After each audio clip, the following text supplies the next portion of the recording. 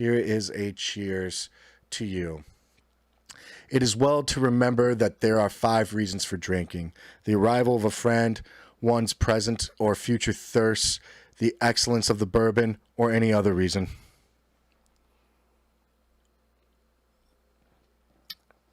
Cheers, guys.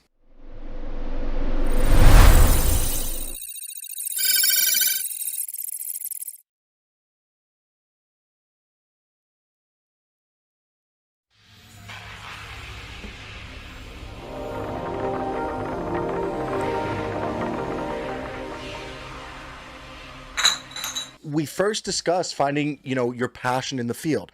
What labs do you want to do? Where are some resources that you can go to? How to figure out what it is that you want to do? Because realistically, there are 3 types of entry-level jobs. Very generalized statement. There's a ton of types of entry-level jobs, but the primary 3, if you study these 3, you'll likely have more success in figuring out where you want to go quicker. Okay? So we discussed how to find your passion in the job field. Then I demoed how to conduct market research on the skills that you would need for those jobs, as well as talked about building your professional brand, which we're going to go a little bit into that tonight. But we have been moving on steadily through the weeks about how to actually land a career and the tips and tricks that I would ask you guys to do as well. One of the things we did was we went on social media. Now, we have done so many LinkedIn and resume reviews on this channel, Cyber Insecurity, very specifically. So we didn't go too much of a deep dive into that. However, what I did talk about was how do you do skills-based SEO so you come to the top of the search history, which is, something that's really, really important.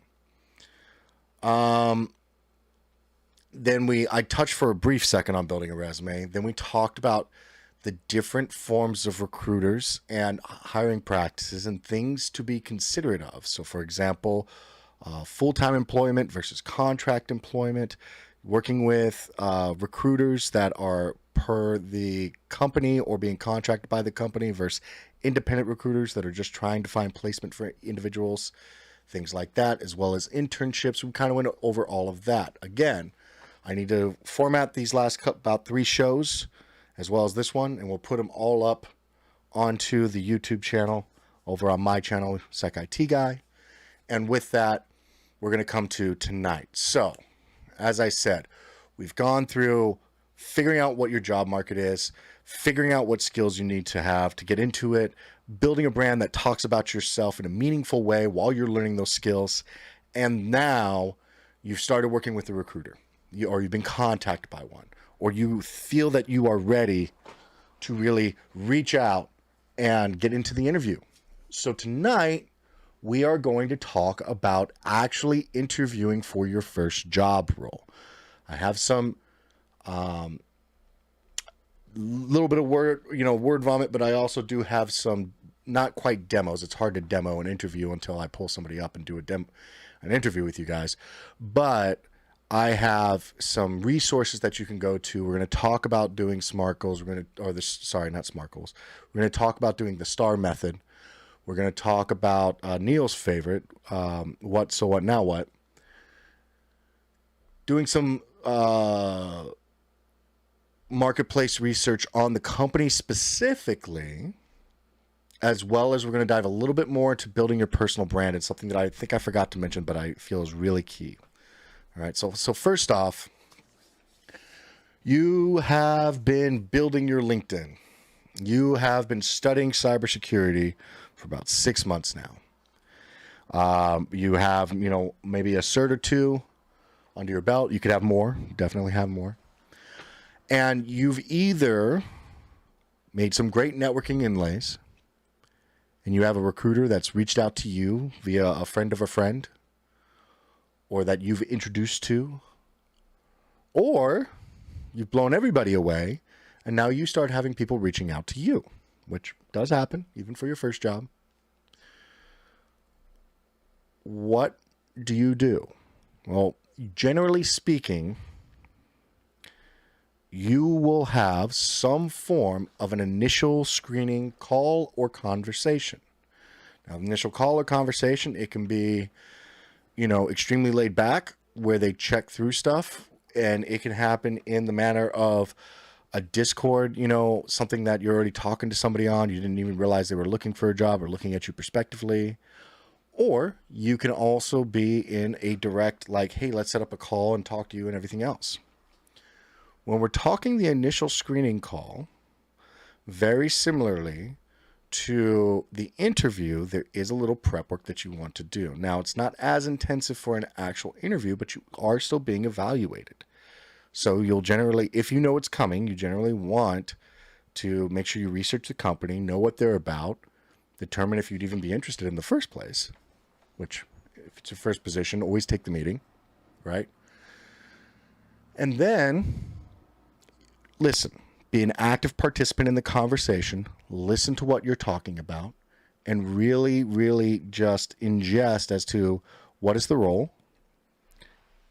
Is there, what is the role? What are they looking for? And do they think that you'd be a good fit? Or if they're asking you to explain why you'd be a good fit, you'll want to have some preloaded talking points. Now, this is something that I kind of messed up and I forgot to bring up when I was talking about your personal brand. All right. One of the things that you should have ready to go, and I will throw these links. If you guys hit ! Discord, join us in the Discord. We have a resource repository up there, and I will throw this into the resource repository, the one that I'm talking about. But as far as your personal brand goes, you should be taking a second, sit down for, however much time you need to write this out, but you should be writing out a brief manifesto. Who you are, what it is you want to accomplish, when do you want to accomplish it by, and how you want to get there. I'm not going to say where, because unless you really want to travel or whatever else, where is kind of a factual. Unless you want to actually state, you can state where. If you want to say, I want to be in a top 100, an S&P top 100 company, you can throw a where in there. You can throw company goals, you can throw company assets. So I guess where is appropriate if you want to. But realistically, this isn't what I don't want you guys to confuse this as. I'm not saying go make a 5-year plan. Not what I'm talking about. I get it. Everybody's got a 5-year plan until you get hit in the face. What I'm talking about is a manifesto. It's the why. It's you're taking your goals as your, the target, and then you're putting the why. You're putting your driving force behind it. And what you want to do from that manifesto, and this manifesto goal is to try and get it within a page or two. Okay. Once you get it down to a page or two, what you want to create out of there is you want to create a 30-second elevator speech. Now, what is a 30-second elevator speech? Ideally, if you happen to end up in an elevator with somebody from the goal, like your goal business that you want to work for, and you end up in the elevator with that individual, and you want to work for that company, you have from the time the doors shut to the time that you get to whatever floor they are on in order to pitch them that quickly and tell them who you are, what you're about, why it would be amazing to work there with that company. Now, that mindset and methodology is a bit old school. And what I mean by that is, we don't all have this,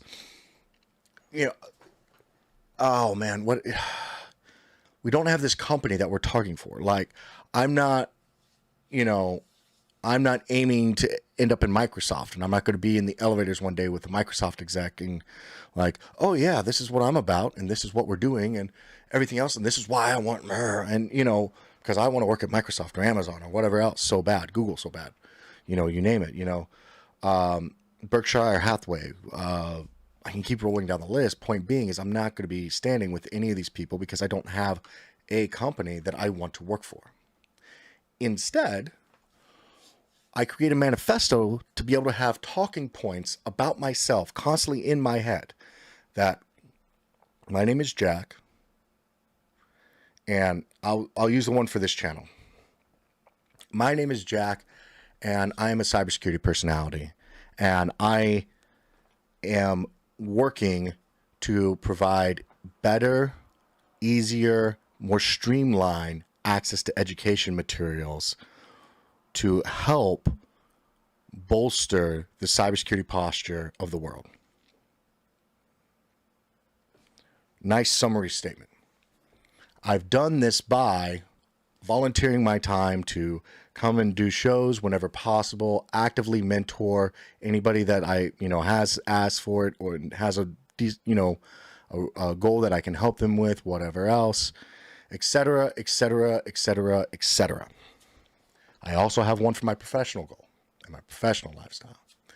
Now, when you start with the manifesto and then you work backwards and you slowly kind of shrink it down into these key elements, that's where you'll get those really poignant statements and bios about yourself of who am I, what I'm trying to accomplish, and the things that I've done to get there.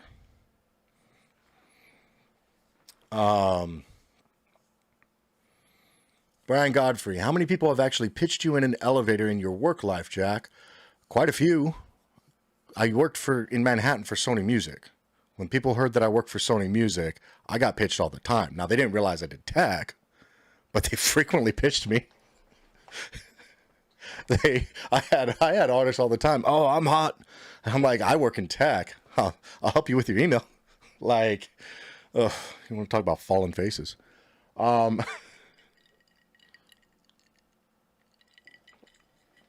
Oh man, legitimately though, I've known more than one person who got interviewed for job roles because they pitched. They happenstance. It wasn't the person that they were looking for, but it was within the company. I've also known plenty of people that got a chance to describe. I myself, I have met individuals that meant something in the company, and I started a great working relationship with them in their section. So, for example, I met the, what is it? Is it chief legal officer? Can't remember what the position is. But on the drop of a hat, just while I was grabbing coffee one time, Sony Music's chief legal officer came up behind me with my boss, my CISO, and she goes, "Hey, Jack, by the way, I wanted to introduce you to, this is so-and-so. He's got some questions on SSL breaking for packet inspection and the way it deals with, what are the regulatory concerns and what's the technology behind it." And I was able to give him a quick little, handshake, 2-sentence like, absolutely. And by the way, wonderful to meet you. I'm doing this and I'm doing that. And, this is what I'm ended up working on. And, with that introduction and letting him know what it was that I'm working on, we had a wonderful, wonderful working relationship. Absolutely amazing individual, but I digress. Saad Malik, I am having an interview for MS Cybersecurity the upcoming week. Would very much appreciate any guidance. Thanks. Hey, are you talking about a Masters of Science Cybersecurity program like at school and university? Follow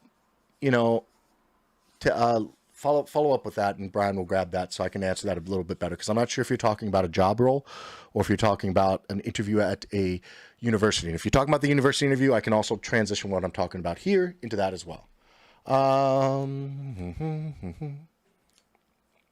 Carrie, I will answer your question near the end. Okay, I see your question about where would you start in networking, but I'm going to keep on this with the manifesto. So remember your manifesto when you're going through the initial screening. Remember it. I'm about this. I work hard. I'm focused, or I'm meticulous, or I might be all over the place, but I really am passionate. Or University in Finland. I will talk about the University in Finland stuff there for the cybersecurity master's program, and it's an interview. Okay, we'll talk about if you also have an interview for that. So with that, you want to have just a concept of you and what you're doing in business, and that should never be a question that you get asked of, what do you do? And you just draw a blank. Okay. And while it hasn't been in an elevator either, it's also happened to me while I've been having drinks. Oh, you work in tech? I do. What is it you do? And then brief description, what I'm trying to do. Hey, here's my card. I'm gone this whatever and whatever, but let me know if you ever want to have a conversation or talk. Actually met the head of cybersecurity for the FBI one time and had that as well. So moving forward, one of the main things that I will, focus on the broader questions. Don't commit to too much stuff during a phone interview and screening. I'm going to try and move this along. But one of the biggest things that I want to encourage you guys to not do during a phone screening is state a salary target. State a salary target. Do not do that. If they ask you, what is it that you're trying, what do you need out of this, whatever else, you lose if you say. Let them say. You can completely dissuade from answering that question really easily by saying something like, before I actually answer that, I'd like to ask a few more questions, within an interview setting to get a better idea what the position entails and the responsibilities that I will have. That way I could provide a more realistic expectation compared to the job role. So let's say initial screening call goes great and you guys are all set up and you're getting ready and you're doing prep work for the actual interview itself. Now, the prep work for the interview is actually going to be where your bread and butter is rather than the performance during the interview, okay? This is where you have everything in front of you that you really need to do. First one is you're going to do the business research. Now, I know I said do the business research for the initial screening call, and yeah, do some business research, but if you really want to do a deep dive and see where they're going, one of the things that I would recommend is if it's a private company, take a look at public releases from the company, take a look at blogs, specifically any products or marketing materials or something that they have engaged in. Also take a look at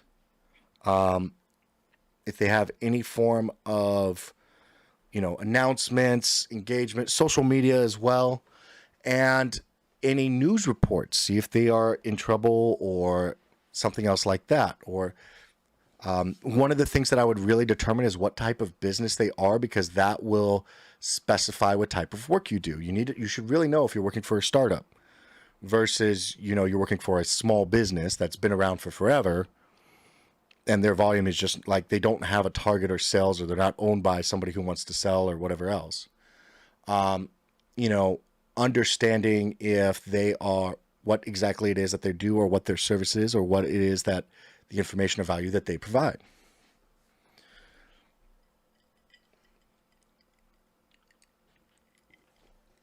Make sure that you really, really, really understand what it is that that company is getting into. Okay. Try and turn over any rocks. Now, if they are public, do the same type of research, do the same type of engagement, but I highly, highly, highly, at least if you're US based, highly recommend you take a look at the Form 10K. If you're unfamiliar with the Form 10K, it is a quarterly public filing that must be done with the SECs or the Securities and Exchange Commission. Oh, let's hope this works. It did. Yes. I'm getting good at this. Wonderful. So, I pulled up Yahoo because who cares?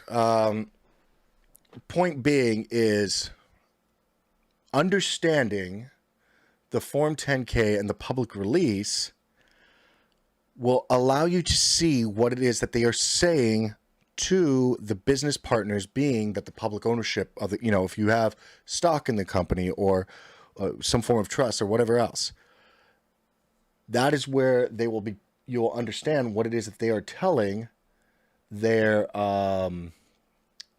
partners, their business partners, which dictates what the operations of or focus of those operations of the company are for the next quarter of the year. So forward-looking statements, this is what's going to happen. This is what all the, you have business. You have so much that is dictated as far as what is the leadership roles, what are the everything else.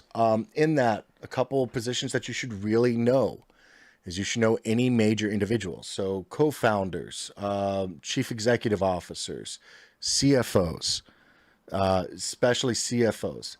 And then you should also know the next couple of people in the chain, in the line. So if you're going to work in technology, knowing who the chief information officer is extremely important. Also, if you can find on LinkedIn who the CISO is, chief information security officer or whatever, understanding the major individuals that might be within that grouping will be really, really important before you start the interview. And that includes in-person or virtual, which we are going to get to virtual in presence. Now, I told you that I would relate this over for University of Finland. Understand who is the president of the university. Understand, who's the head of the MS program. You should know who the chairhead is of that MS program. You should really know, especially who will be your subject lead, because generally per actual, program, there should be a program head. So there should be a department chair and there should be a program head for and they might, sometimes those are the same people, by the way. Those are sometimes the same people, but you should know those, understand those items. Depending on the university as well, I know some prefer to see some type of work history or some other engaging aspect. Realistically, I've not gone through a master's degree program. I've started the process a couple times, but never actually went through all the way with it. If it comes to interviewing, some of the following tips should help with the interview process. As far as to prepare, though, I would make sure that you understand school, who's in charge, and what they pride themselves on or the values of that particular program. So the ultimatum of learning objectives. Same with company culture. Some of the things that you should search for in the company is try and get a feel of what company culture is, what aspects are around that, and some other things as well. Let's see.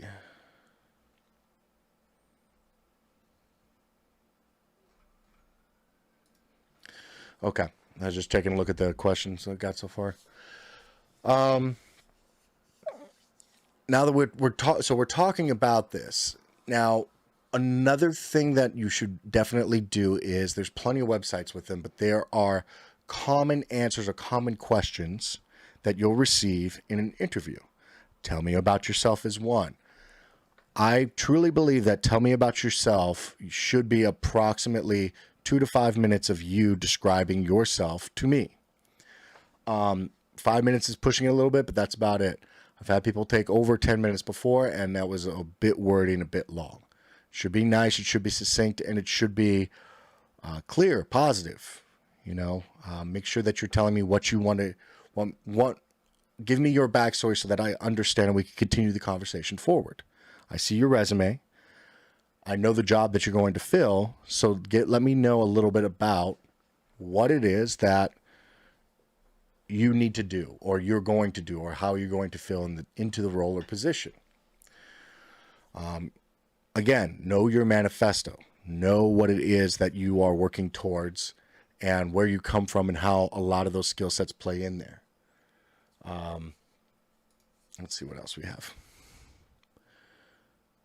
Oh, so another thing I put in here, which you might like this, Malik, Malik, I cannot pronounce that for the life of me. Don't forget your Love Me book. Make sure that your Love Me book, which includes your references and your examples, make sure you have it available in some way, shape, or form. Now, let's go ahead and say that there is a big difference between in-person and remote. So it's good to understand when the interview is going to happen. Is it going to be in-person and remote? And then to prepare the area as well. So,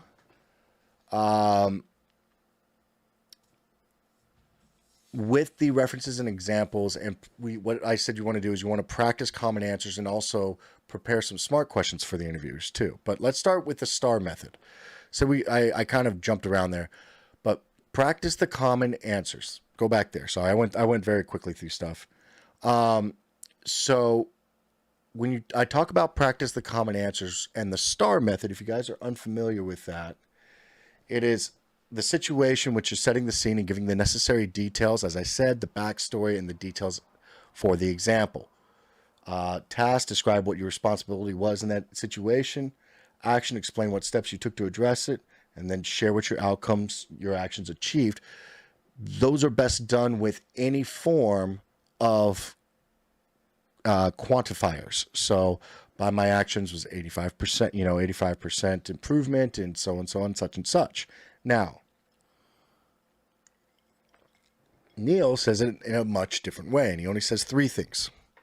What? So what? Now what? What is the background, context, and buy-in? So what is the adjustment that is necessary? And now what would be, where the action is or where the change is. Now, you can rephrase that. Now, that's usually for business plans, but you can rephrase that into the what it is that you did, the context surrounding that. So what, the changes that you made, what context do you have around those things? Now what, or the results, as in because of those changes I made or the choices I made or the whatever happened, this was the impact. So, like I said, make sure that you also memorize. I'm not going to say memorize your manifesto. Manifesto will just be something that you're constantly aware of and you have a good elevator pitch for. And as well as, don't forget your Love Me book. You should definitely, as part of your prep, every single time, check out your Love Me book. And I mean that very explicitly because it helps with the imposter syndrome too. And we're going to get to imposter syndrome in just a little bit.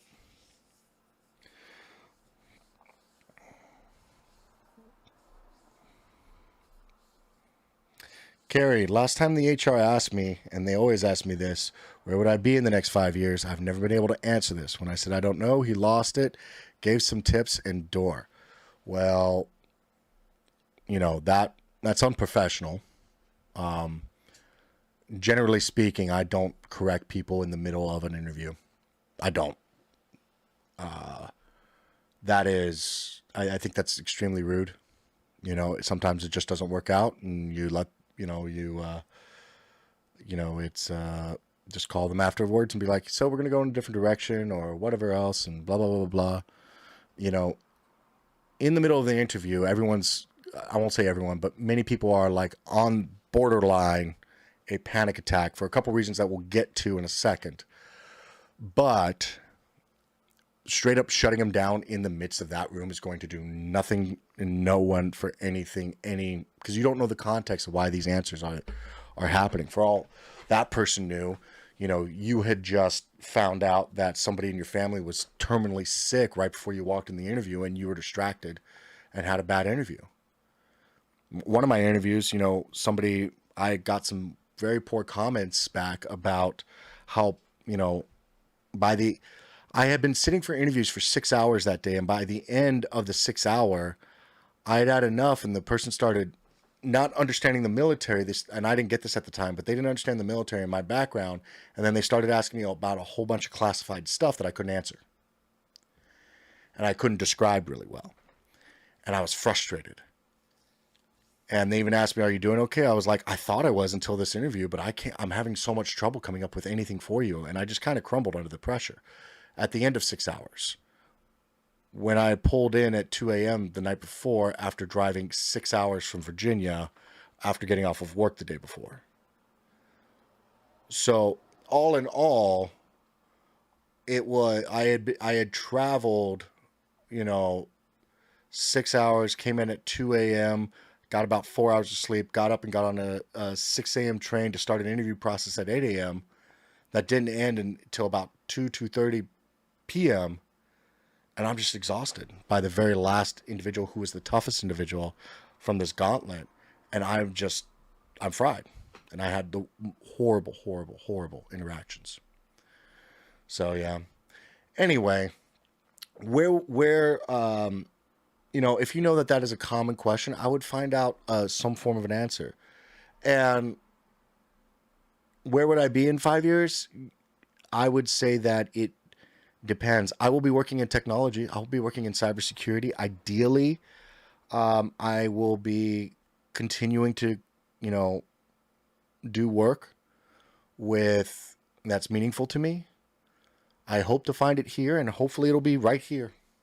I would love for that to be the case, but Realistically, it's going to be wherever, is meaningful to me and the work that I'm trying to do and my goals that I'm accomplishing. I'd like to be a partner with you, but I'd like to be a partner with you on that. So let's try and make it 5 years. That'd be great. So also one thing that you should take a look at though is not only should you prepare for what you're being asked, but you should also prepare yourself to ask questions in return. All right. I 1000%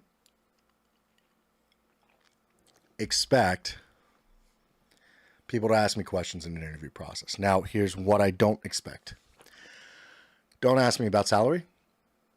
Don't ask me about benefits. Don't ask me paydays, pay scale.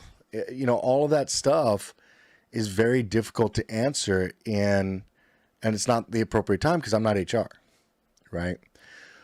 Realistically, you shouldn't be talking about those types of things until the company brings it up.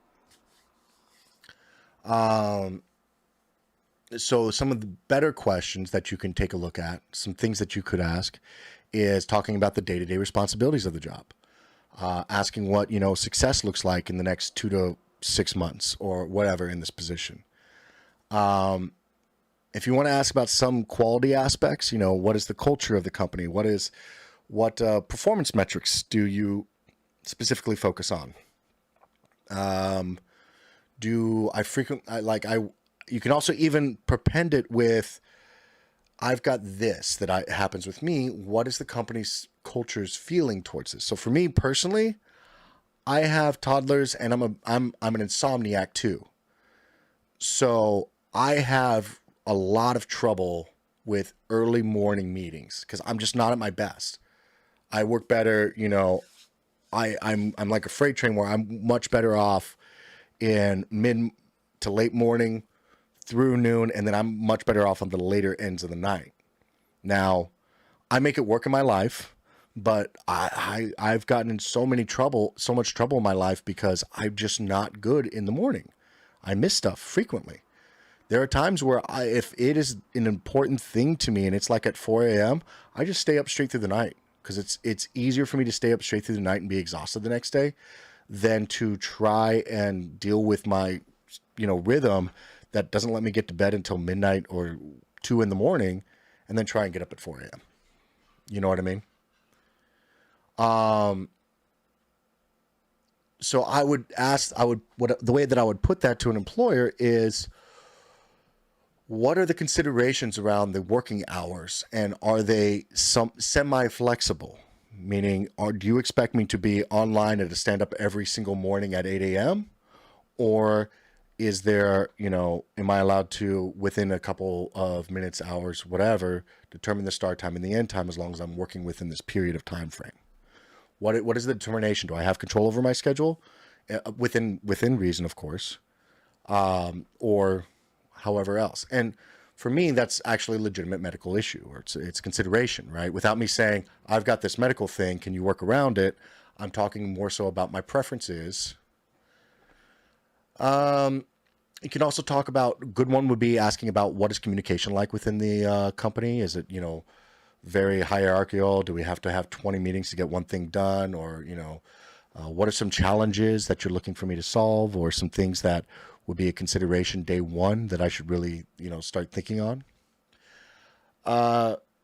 So yeah, start prepping for those roles. Start writing down some questions that you really want to know about the company. See what you can find out publicly. We're going to keep moving along, see what I can hit on that.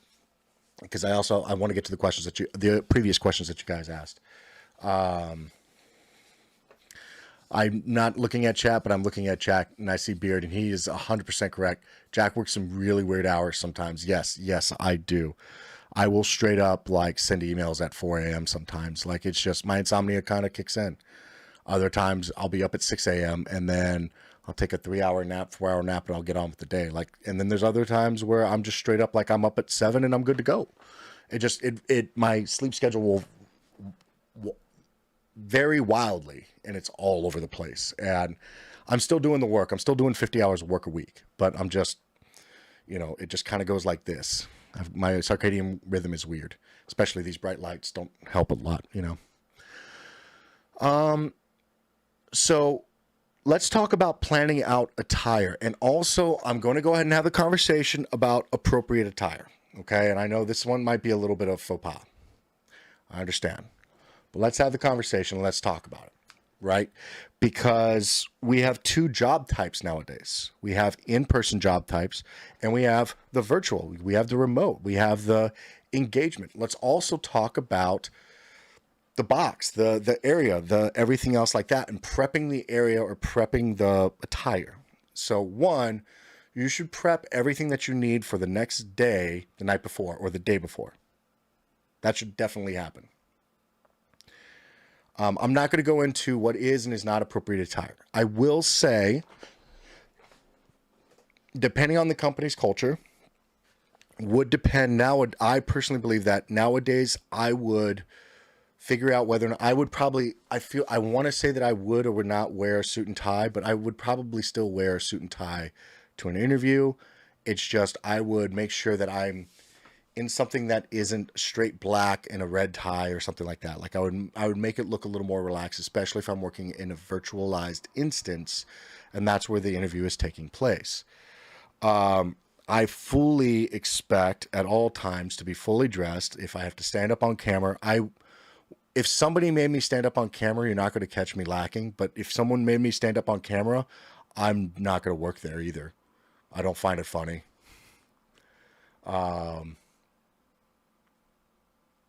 Yes, Brian, I'm not dressed for an interview right now, 100%.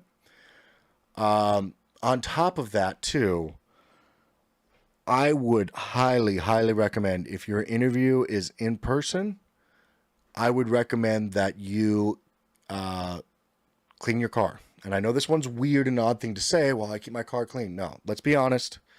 Take a second, take a trash bag out there, clean the stuff out of it, just in case somebody greets you in the parking lot or happens to walk by as you're getting out of the car or whatever else. You don't want, beverage cups or what, I don't know, stuff to fall out of your car. I've made that mistake previously. I had somebody at a hotel, that I was working for. They suggested we go out to eat that night. My first experience going out to eat on business and someone paid for it. And because I had a vehicle with me and I did not put two and two together. And the individual asked me why don't you take me to, instead of me grabbing a taxi, because this was way before Uber, instead of grabbing a taxi, why don't you drive me to a local restaurant and we'll eat there? And I was like, I don't know a local restaurant, but he's like, well, there's some place over here. So I'll tell you where we're going. I was in my work truck. I was in a stick shift work truck and I legitimately had to move like empty bottles, empty plastic bags full of napkins and trash and other things. And oh man, it was embarrassing. So I legitimately now, like I take, and it gives it, and here's another thing too. It gives you peace of mind. You don't have this shooting pain of just like, oh, if you happen to catch somebody in the parking lot, it's something that's taken care of and it helps. That's if you're going in person. If you're doing it digitally, I swear to God, if they check my car and I'm going digitally, like I'm just going to turn off the camera. But if we're talking in digital in place, the next thing would be clear out your background, clear out your area, make sure you are presentable. Make sure you're presentable. Make sure that you have, and don't just rely on green screen either. If you can see it in the camera, tidy it up. Even if you have to take your hamper of clothing outside of your room and tuck it up in the hallway, it doesn't matter. Clean up your immediate area. Don't rely on the green screen. Don't rely on technology to blur out your complete whatever around you. Find a place and make it important. What else we got? Plan to arrive early. And if you're doing digital, plan to have a secondary device. All you need is to catch the wrong Windows update at the wrong time, and all of a sudden, you can't join, or you only have to call in on something that's supposed to be a video call. Make sure you have a primary and a secondary. Preferably, like I wouldn't even mind doing, with my cell phone, an interview over my cell phone, as long as I can set it up, so I would be like, yeah, my primary is this, my secondary is going to be my cell phone or my laptop or whatever else. And then the last thing that I would say for prep and all of that is to make sure that you research and have a very clearly defined target salary needs if they push you on it too much. Okay. And I'm going to highly suggest you don't just say 10% of more than what you're making, because if you're doing a step up in responsibilities, a lot of times any form of promotion and responsibilities that goes in tech, you can get, as high as 30% more on your check, like on your actual salary in your basement. So make sure that you're researching the role, kind of figure out exactly where you want to go or where you want to be, and don't go with the bare minimum. I need this much to live. I need 55 grand to live off of. And that's what my target needs are. I have to do it for only, quit bidding yourself at the minimum. Bid yourself at the target for the actual goal or engagement. So, day of the interview, okay? We're talking about in-person and remote. Same difference. Definitely plan to arrive early. Even if it's digital, plan to arrive early, because if you start having trouble with Zoom, you want time to figure it out instead of when you're supposed to be in the meeting room already. Same if you're showing up in person. If you're showing up in person, I like to look around and start people watching. Like I'll show up almost 30 minutes to an hour early, depending on the area. When I was in Manhattan, I showed up almost an hour early to my interview, and then I walked around the neighborhood because I wanted to see, is this a place that I could work every day without getting mugged? What is around me? What is there to eat? Stuff like that. Like I wanted to know the area a little bit. And then I sat down for almost 15 minutes outside of where I was supposed to be at. Just, keeping an eye, people watching, seeing who's going in, see who's going out. And then 10 to 15 minutes prior, I walked in the doors itself when I was supposed to meet the individual that I'm meeting, which was the recruiter that was setting me up for the job so he could coach me as well. That's just one job. Another job I've had multiple times, but yeah, I always try to show up early, and that's just a people watch. Some of these places, they might have big security. Some of these places might have, everywhere else. You might not even be able to get into the building until a selected time or area. And that's fine. Just, another thing too is, by the way, guys, and I'm going to say this honestly and earnestly. If you travel to a location and you're showing up in person, do not be ashamed or afraid to ask for a restroom once you get to the company real quick before you start any interview process. Go in there, take care of yourself, and then do one final check of the way that you're being presented. I generally do it the second I check in for my appointment. Excuse me, is there a restroom real quick that I can go to real fast? And then I'll go straighten the tie, wash the hands, all the other stuff, and make sure that I'm organized, ready, and I'm prepared. Okay? We've talked about clothes. I'm not going to go over yes, no, who needs what and everything else. Fill it out with the company culture. I have been overdressed for meetings before. I don't think I've ever been underdressed per se. At least I've not been told I've been underdressed. But again, I am the one who generally will show up in a suit and tie to almost everything. So I've shown up too much. Jess, touch up makeup if you wear it. Yeah, absolutely. I've even worn makeup before on my interviews as well. A little bit of concealer under the eyes to help with the dark circles that I sometimes get, man. No shame in the game. Do what you need to. All right. Make sure your technology is on silent. Always put the phones on silent. Make sure you've got your technology prepped. Turn on your PC 30 minutes beforehand. Make sure there's no major updates or something stupid. Again, take a look at the surroundings. Try and figure out where it is, what it is, culture, everything else like that. Also try and read off of your interviewers. If you're doing it digitally, read your interviewers, read their body language, read the rooms that they are in. If they are comfortable, if they all have the fuzzy backgrounds, or if they are all comfortable showing where they are in their homes or wherever else, that can speak to company culture, right? What else we got? Oh, James Driscoll, can a person contact HR to see what appropriate attire for an interview is? When realistically, an HR or a recruiter should be reaching out to you to set up this interview. That is the time that if you have that question, which might be something that I would personally like ask too, to say, hey, real quick, can you please describe what the business culture is there? Is it appropriate to be in a 3-piece suit and tie, pinstripes and all of that? Or am I, because if you're working in anything finance or legal, sometimes that is expected for you to have to the nines on, right? Other times, if you're working in other individual, like I said, I don't know if people have heard it before, but I showed up to one of my interviews at my interview at Sony Music. I showed up in a black pinstriped 3-piece suit with my most expensive tie, a couple $1,000 watch on. Like, I went all out, and I was more dressed up than I've been before as a groomsman at a wedding.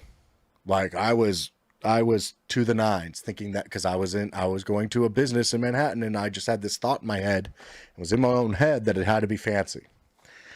And no, I was more dressed up than the CFO was of the company. Like, I was way overdressed for it. And I got told that later on, that day and later on. In fact, they started making fun of me after working there for a while. They made fun of me, and remembering whenever I, jokingly, of course, whenever I showed up. But during the interview, so remember to take a pause before starting a explanation to an answer. Collect your thoughts and speak concisely about what it is that you want to hit. And maintain as much eye contact as you can. Now, from a remote standpoint, realistically, the goal should be to look at the camera and not at the screen. And the reason why I'm saying this right now is because I've been looking at the screen frequently tonight. I don't know why, but my eye's getting drawn to it. Point being is you should be looking to the camera, because realistically, we're used to eye-to-eye contact, and in the perspective of if they're using a laptop or something else like that, they're probably going to be looking at you as well. So, do the taking pauses, maintaining appropriate eye contact, and don't forget to take a long pause when you stop. Make sure that you wrap everything up. Don't take too many long pauses in between when you're speaking. Try and make it fluid. Take the seconds that you need, and then make sure that you very clearly stop. Any type of rambling, especially in digital, is going to be difficult to deal with, because they'll try to start answering you or carrying on the conversation, but you're into the next breath, and then it just kind of feels a little awkward or clunky, right? So being able to just take a second to breathe and pause would be excellent and very helpful in that. And also taking a second to answer will allow the interviewer, who also might be nervous, to finish what they're saying while collecting your thoughts. Definitely be authentic. Don't lie during an interview, because, things can come out. People can dig down, answer questions. They might be engineers and know the system much better than you. And be aware of imposter syndrome. And this is the biggest part of interviewing that I really want to get across to you guys. Okay? The thing is that I've noticed this so many times. So many people are so ready to throw up whenever it comes to an interview. And I think it's because of the amount of stress and pressure that this is my chance. I'm not going to get another chance. I must impress right now. And so they make themselves nervous. And they work themselves up over the questions that are being asked. And they're ineffectual in their communication because they don't feel comfortable, but in reality, it's them themselves that are making themselves uncomfortable. So all in all, what you end up having is an individualized instance of almost a panic attack, but it's just constantly behind the eyes. And you yourself aren't able to really articulate what it is that you want to do because you're constantly second guessing yourself. You're second guessing them as individuals, that they are, in or around you. And you might feel overwhelmed as well. And the problem is that you have to relax and let your authentic self come through and, address your imposter syndrome by looking at your Love Me book, reminding yourself that you are the person for the job and that you have the knowledge, skills, or you'll be damned if somebody else tries to take it from you. But what you can't do is you can't doubt yourself, and you can't keep on trying to play this guessing game of what do they want to hear. Rather, try and think of and have them listen to the question and listen to the problem that's being presented and do your best to answer it to the best of your ability in a authentic way, as authentic of a way as possible. Wow, that was fun to say.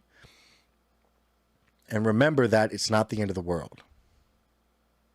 It's not the end of the world. It's not going to be the end of the world.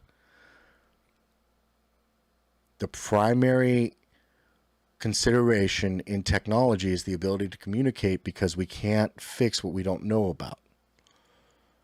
And we're here to we are the repair people of the technology world, except we're looking for security issues, right? We are the safety and consideration office, which means that if we're talking about safety, we have to be able to communicate. So in that, you have to let go of the imposter syndrome in order to effectually talk about who you are, what you believe, and how you can improve their security posture in a meaningful way.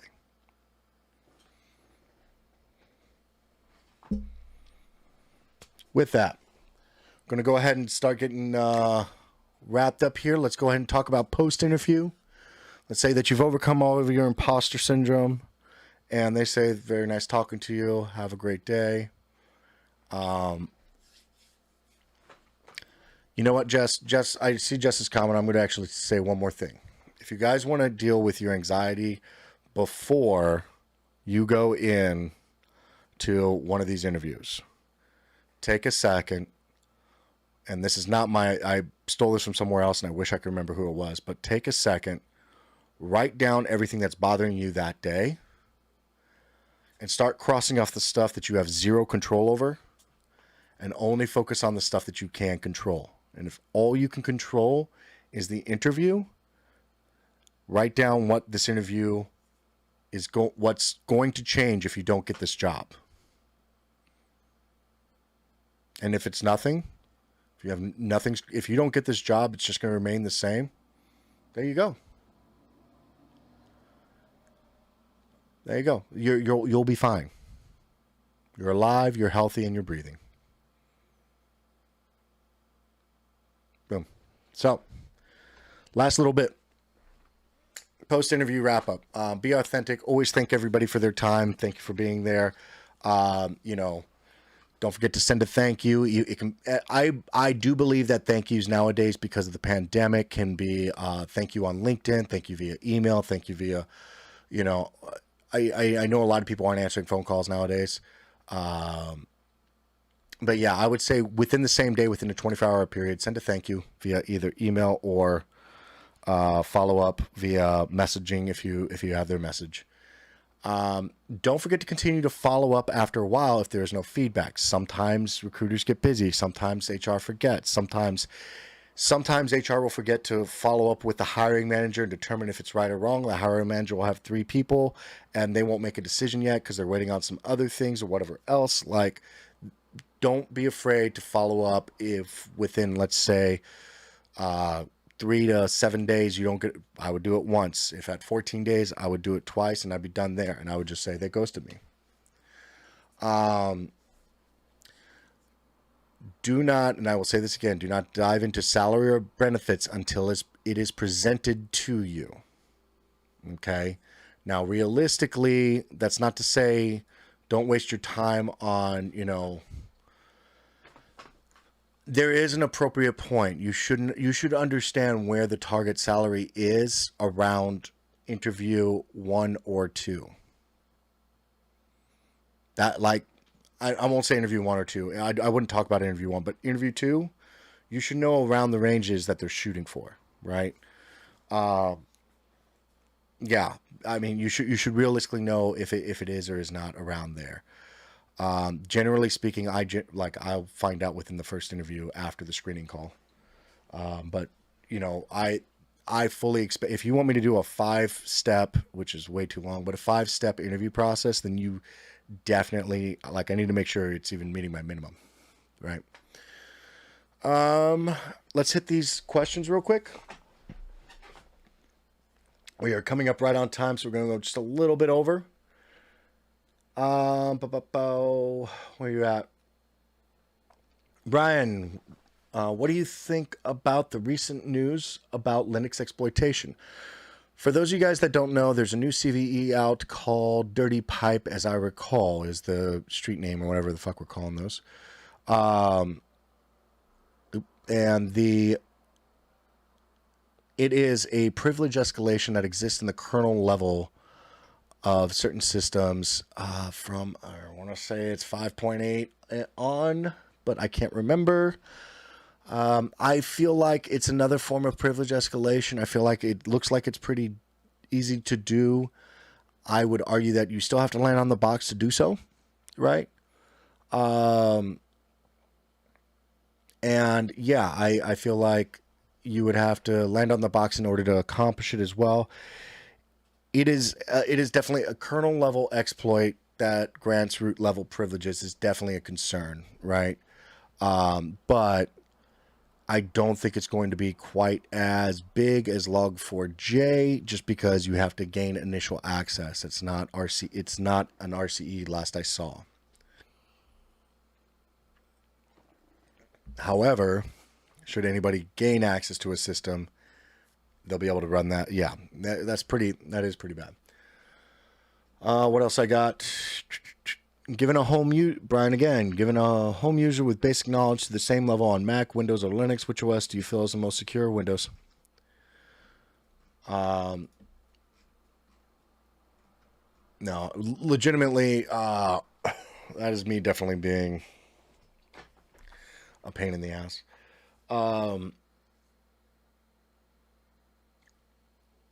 While Mac is secure, I personally have an issue with it because it can limit your capabilities in some ways. And it does not, the Macs do not play well with others at all.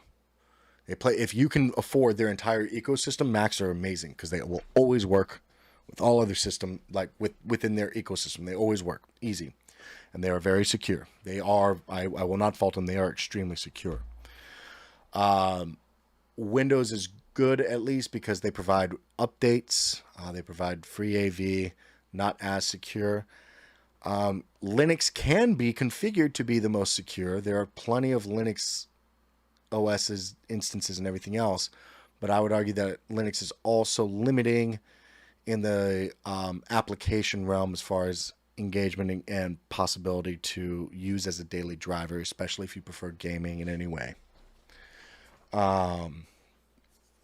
So, and let's see what else we got in here. Gary, last time I asked about Internet of Things, and I thought that was the way to go. I was told that I should stick to networking. If you had skills in networking, where would you start? I would start as a network analyst, network security analyst, or, just even a basic junior network engineer. Depends on where you need to. You could even go IT engineer. You could even, all sorts of stuff, man. You can go, networking is pretty broad. There's a lot of different ways and entry level there, but that's for IT. Now, to be clear, it's not that Internet of Things in and of itself isn't an important subject that should be studied. I mean, if that's where your love is, that's where your love is. If that's where your passion is, go with that.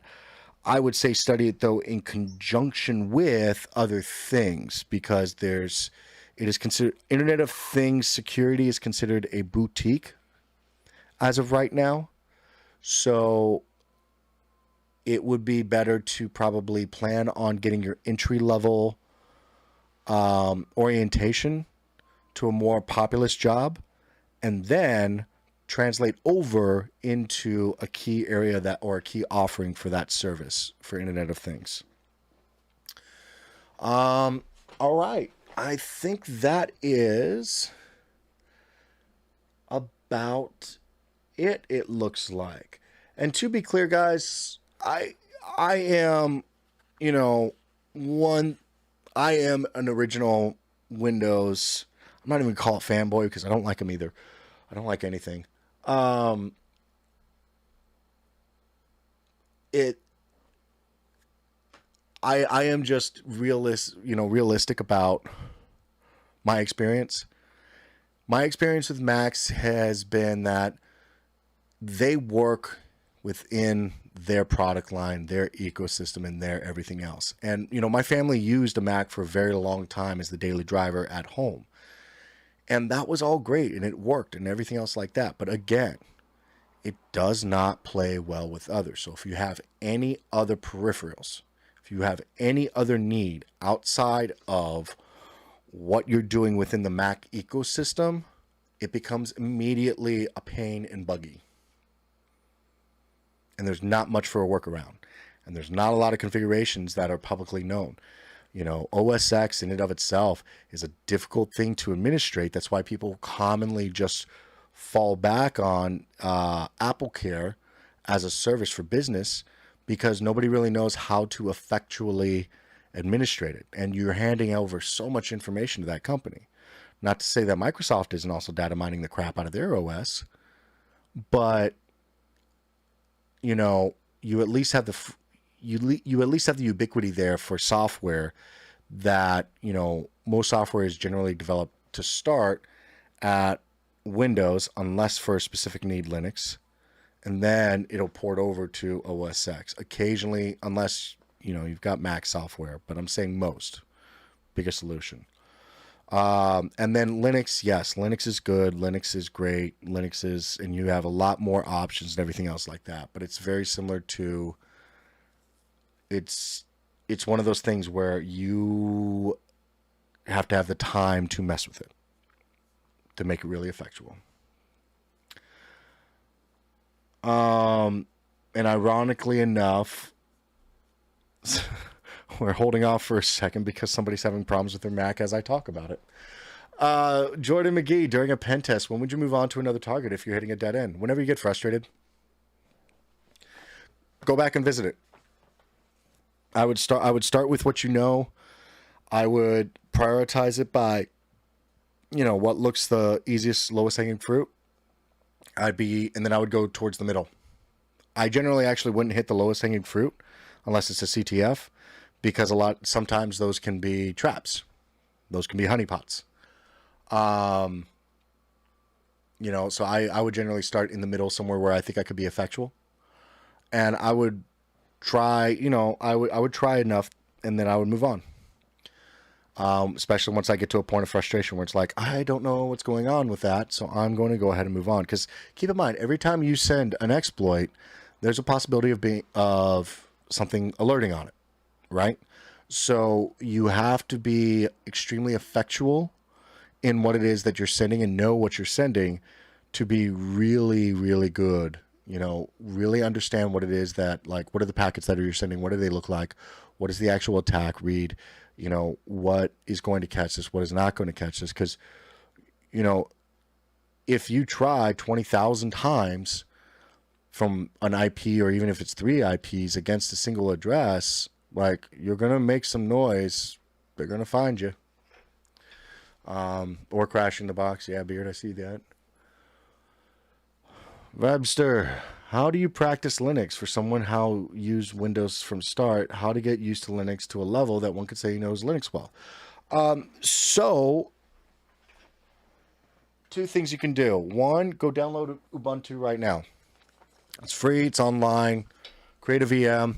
Start putting your hands on it. Two, learn to run every command in the Linux Pocket Guide. Read this. Understand it.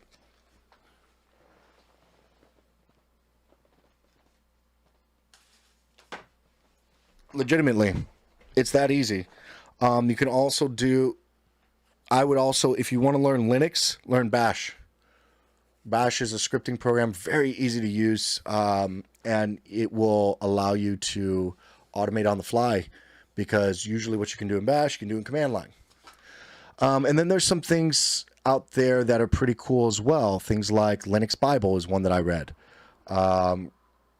A couple of different books that you can read about file structures and stuff like that. Some super dry reads. You guys want to fall asleep, go grab Windows Internals, Volume 1 and 2. But yeah, legitimately, I personally would go, you know, people are saying daily drive it, you know, all sorts of things. You can try daily driving it. I'm not going to say Ubuntu isn't possible to daily drive. It's possible to daily drive. It just depends on what your requirements are. For me, it would be a pain to switch everything I have and I do over to Linux for daily driver. Another thing you can do is you can find projects to work on and use those as well. Okay. So I am going to go ahead and say that we are going to wrap it up for the night. And before we go,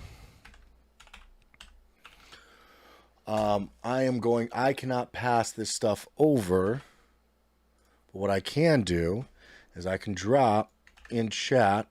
Whoop, wrong chat. I can drop in chat our friend's individual Twitch session that he's running. He looks like he's coming on live soon. And his name is DJ BSEC. We're going to be over there giving, showing some love, as well as jumping into, you can hit exclamation point Discord and come say hi. We'll be in the after party over on sub chat. So let's, show plenty of encouragement and support. He's having trouble with his Mac right now, just to even prove my point. Like, I don't know what else I can say. I'm see me, I'm down. But point being is, thank you guys so much. We are coming to the end of the night. I want to thank my mods for their ongoing work, and I want to thank you guys, yes, you chat, for coming, hanging out with me every week. I really do hope that I was value added. I hope that you enjoyed yourself. Please hit exclamation point Discord, drop some suggestions for the ways that I can improve. Hit exclamation point SecIT guy. Come join me on the socials.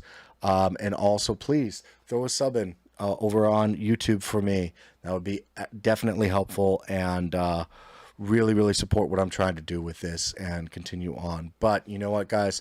Here is a cheers to you. It is well to remember that there are 5 reasons for drinking: the arrival of a friend, one's present or future thirst, the excellence of the bourbon, or any other reason.